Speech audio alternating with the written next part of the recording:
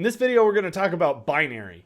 And the reason we're going to talk about binary and hexadecimal and decimal and numbering systems and how all of this works is because it's essential for understanding a lot of the numbers that you're going to see in computing. We talk about bits and bytes, and we talk about ones and zeros, and you'll see MAC addresses that are represented as hexadecimal numbers. And when you do packet captures, you're going to see data represented as hexadecimal numbers, and you might be able to see binary, and you might want to wonder about translating that between ASCII and hexadecimal and all of that stuff. And so it's essential that you understand the basics of how numbering systems work. And the numbering system, when you're thinking about numbering systems, most often what we're talking about is binary. Although in the real world, the most often used numbering system is decimal, and we'll talk about that as well. So encoding, again, just a brief reminder, is a converting information into some machine-readable form. And when you're talking about computers, most often that means you're converting some form of information into a machine-readable binary form into ones and zeros. And then the computer, to spit it back out, has to take those ones and zeros and turn it back into the human-readable form. So on your computer, you don't have A's and F's and L's and I's and ENCODING stored on the computer level. That's all stored as ones and zeros that are converted by the computer into the form that we can read. And numbers. Numbers are the basis of understanding how binary works. So these are some examples of numbers. 1, 1000, 1024. These are all different examples of numbers. Well, what are numbers? Essentially, they're an agreed upon way to represent some value with digits. It's a way to encode some quantity. Usually you're talking about a quantity of things, especially if you're talking about integers, positive integers. A way to represent some quantity with digits, symbols of some kind. So if you have 1,000 $1 bills, nothing about having 1,000 $1 bills inherently says that the way to represent that is 1000 as 1,000. That is the agreed upon way that we have used to represent and to group these things together, to represent them in a way so that we can talk about them without saying I have $1,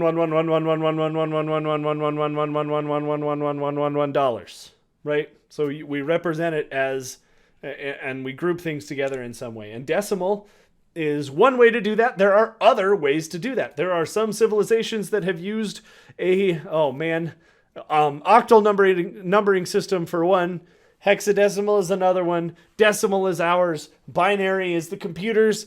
There was some Mayan civilization or something that used a base 4 numbering system. And the way that you develop a numbering system is, first you decide, basically you decide what your base is. How many digits are you going to have?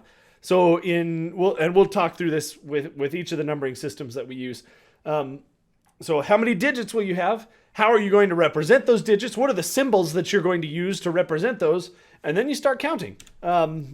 So in decimal, in our numbering system that we use, and that, as far as I'm aware, most of the whole world uses, you have 10 digits. 0, 1, 2, 3, 4, 5, 6, 7, 8, 9. Those are the digits. 10 of them. Decimal means 10. Deci, 10. Okay? Those are our 10 digits. So we're through those first two steps, right? How many digits do you have? How do we represent those digits? Those digits, we have decided, are represented with these symbols. The 0, the 1, that's the symbol that we use. Just like letters. Just like we represent the letter A with the letter A. Nothing about that is inherent, right? There's nothing in that shape that says that makes the ah sound. It's purely the way that we've decided to represent it. Well, the same here. These numbers are our representation for a concept of a quantity. And you take those digits and then you assign them into columns, essentially by place, by where they fall in the number. And in our numbers, that starts on the far right with the first digit representing the ones place, or the 10 being the base of our system, base 10, decimal, 10 to the 0 power. So that's the ones place. 10 to the 1 power. 10 to the first power is the tens place. 10 to the second power, and again, so, 10 to the 0 power in math, that's a 1. 10 to the first power in math is a 10. 10 to the second power in math is 100, and 1,000, and 10,000, and 100,000, etc. So we have the ones place, the tens place, the hundreds place, all the way up to as many concepts, as many places as you can store in your brain, and possibly even more than that, depending on what you're trying to count. So, to break this down, and the only reason I'm breaking this down this way is so that you see how exactly the same binary and hexadecimal are as we talk about them. So you break it down, you start on the right with 2 times 10 to the 0 power, plus 7 times 10 to the first power, plus 4 times 10 to the second power, plus 5 times 10 to the third power, and that creates 5,472. That is the representation of the places in those decimal numbers. 10, or the ones place, the tens place, the hundreds place, the thousands place. Add those all together, you get your number. So that's 2 times 1 plus 7 times 10 plus 4 times 100 plus 5 times 1,000, 5,472. So each digit farther to the left, starting at the right, you have the base to the 0 power, and then you go one higher power of 10, the more to the left you go. So each digit to the left is one greater power of 10. So each digit is representing itself, that digit, times whatever power of 10 its place is. So binary is very much the same. It works in exactly the same way. The difference is that instead of base 10, we have base 2. And those two digits are represented as a 0 and a 1. And that works, and the reason we do that is because computers work really well that way, and it's really easy to make ones and zeros, or off and on, or two digits, basically two states in storage and in computing. So we have two digits, and if we want to take a number and convert it into decimal, then we're going to start by doing exactly what we did before. So 1, the farthest digit to the right, represents the ones place. 1 times 2 to the 0. 2 to the 0 is a 1. 0 is the next digit over, times 2 to the first power is 2. So that's the 2's place. 0 times 2 to the second power, or 4, is the 4's place. 0 times 4 is 0 again. Plus 1 times 2 to the third, that's 8. And plus 1 times 2 to the fourth is 16. We multiply all those out. You get 1 times 1 plus 0 times 2 plus 0 times 4 plus 1 times 8 plus 1 times 16. Add those all together. Do all the math. It's 25. That 11001 is the binary representation of the number, of the decimal number 25. And again, there's nothing inherent about 25 that means it has to be represented in decimal. 25 in decimal is just the way that we are used to seeing that quantity represented. 11001 means exactly the same thing. It's just represented differently. Kind of like converting things between two languages. So each digit to the left, again, represents one greater power of 2 in this case, instead of greater powers of 10. So just a little bit on kind of basic binary. 1 bit is essentially one binary digit, one single symbol, 1 or a 0, whether that's a 1 or a 0. 1 byte is 8 binary digits, and most things that we talk about on a computer we're going to be talking about in bytes, although it's important to keep those two things separate and recognize that a bit and a byte are not the same thing. A 100 megabit connection is not the same as a 100 megabyte per second connection. And so a 100 megabit connection would be able to transfer 100 divided by 8, which is around 12 megabytes per second. So here's some prefixes that you might want to see. You don't typically go above the middle point here. From the middle point up, you're getting smaller and smaller things. As we talk about time in seconds and microseconds, then we might be talking about up above the line. But down below, you see kilo and mega and giga and tera and peta and exa and zeta and yada. those are prefixes to represent larger and larger numbers of bytes, typically, sometimes bits. So a kilobyte is 1,000 bytes. A gigabyte is 1,000,000,000 bytes. A megabyte is 1,000,000 bytes, etc. And I won't get into whether we say megabyte or mebibyte or kilobyte or kibibyte. For the purposes of what we're talking about here, we could say a kilobyte is 1,000 bytes, a megabyte is 1,000,000 bytes, gigabyte is 1,000,000,000 bytes, and we're good from there. We don't need to get into the binary, whatever those are. So now we're on a hexadecimal. And hexadecimal is a little bit tricky, but there's a very, very valuable reason that hexadecimal is used.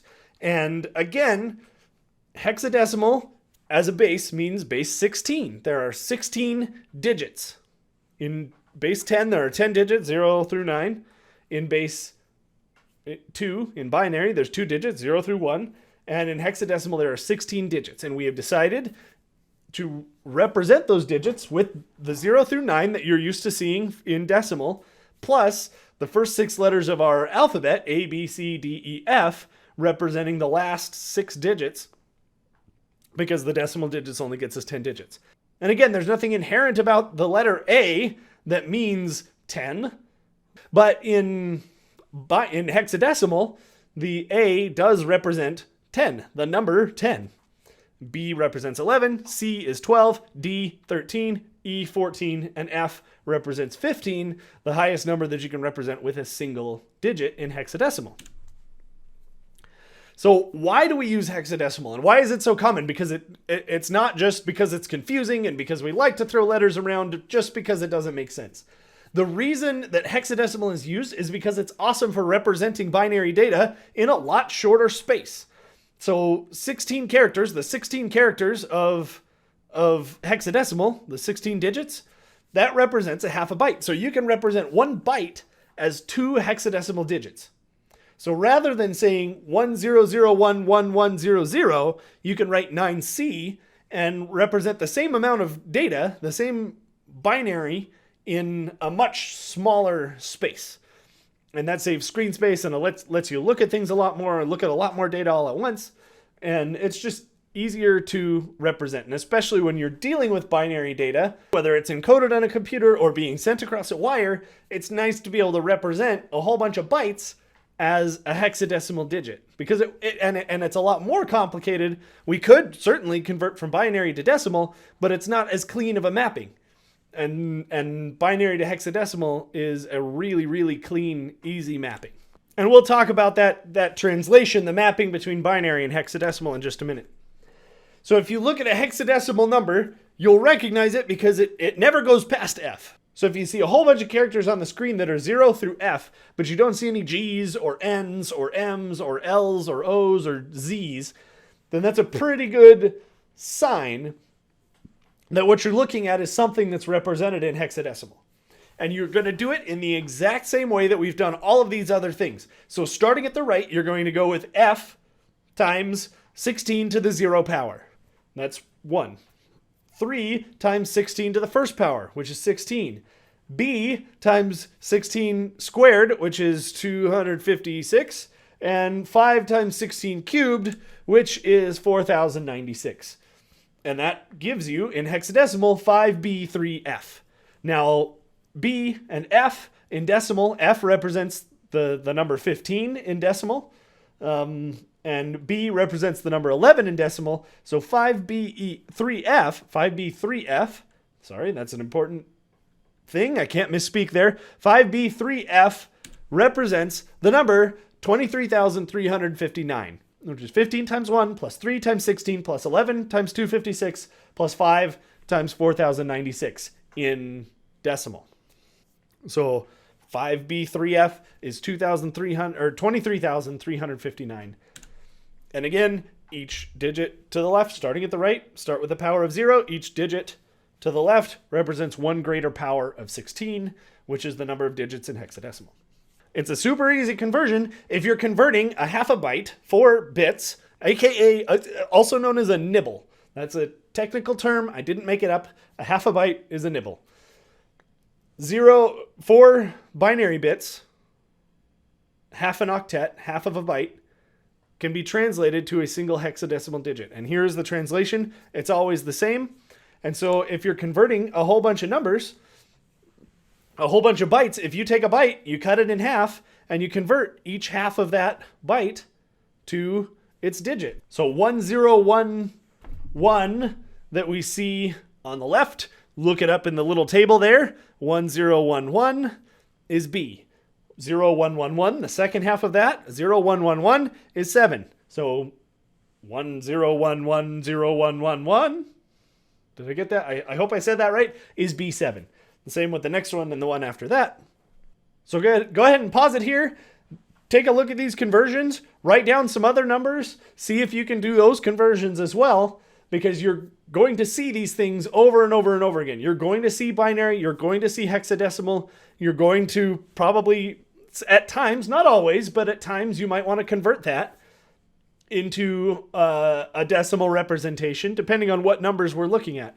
And it's important that you understand how these numbers work and what their relationships are, especially from binary to hexadecimal.